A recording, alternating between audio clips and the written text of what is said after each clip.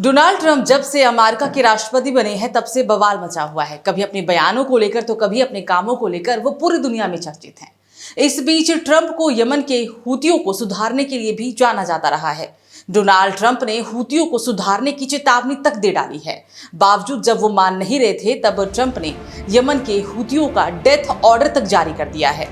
राष्ट्रपति का आदेश पाते ही अमेरिका के लड़ाकू विमानों ने हूतियों के ठिकानों पर भीषण बमबारी शुरू कर दी है।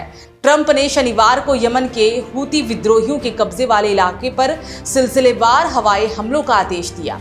इसमें 18 लोगों की जान चली गई और कई लोग इसमें घायल भी हो गए। ट्रंप ने हूतियों पर हमले के साथ ईरान को भी बड़ी चेतावनी दे डाली, जिसके बाद से ही बवाल मचा हुआ है। दरअसल ट्रंप ने चेतावनी दी है कि ईरान समर्थित हूथी विद्रोही अहम समुद्री गलियारों पर आने जाने वाले मालवाहक पोतों पर जब तक अपने हमले बंद नहीं कर देते तब तक वो पूरी ताकत से हमले जारी रखेंगे।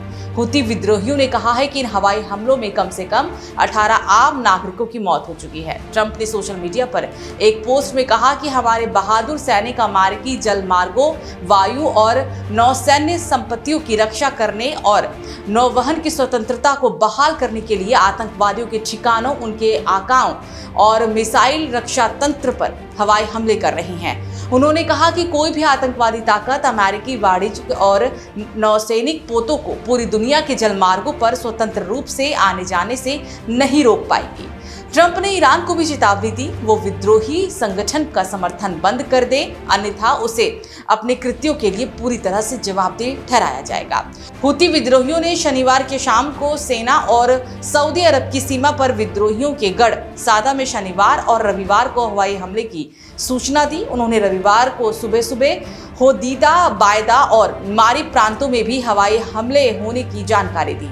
हूती विद्रोहियों के द्वारा संचालित स्वास्थ्य मंत्रालय के अनुसार सना में 13 और सादा में 5 लोगों समेत कम से कम 18 लोग मारे गए हैं। मंत्रालय ने कहा है कि सना में 9 और सादा में 15 लोगों समेत कम से कम 24 अन्य लोग घायल भी हैं। एक अमेरिकी अधिकारी ने अपनी पहचान गोपनीय रखे जाने की शर्त पर कहा है कि ये हूती ठिकानों पर हवाई हमले की शुरुआत है, अभी और हमले किए जाएंगे। हूती मीडिया कार्यालय के उप प्रमुख नसरुद्दीन आमिर ने कहा कि हवाई हमले उन्हें रोक नहीं पाएंगे और वे अमेरिका के खिलाफ जवाबी कार्रवाई करेंगे। हूती विद्रोहियों के एक अन्य प्रवक्ता मोहम्मद अब्दुल्ला सलाम ने सोशल मीडिया एक्स पर अपने एक पोस्ट में ट्रंप के इस दावे को झूठा और भ्रामक बताया कि हूती अंतर्राष्ट्रीय जलमार्गों को खतरा पहुंचाते हैं।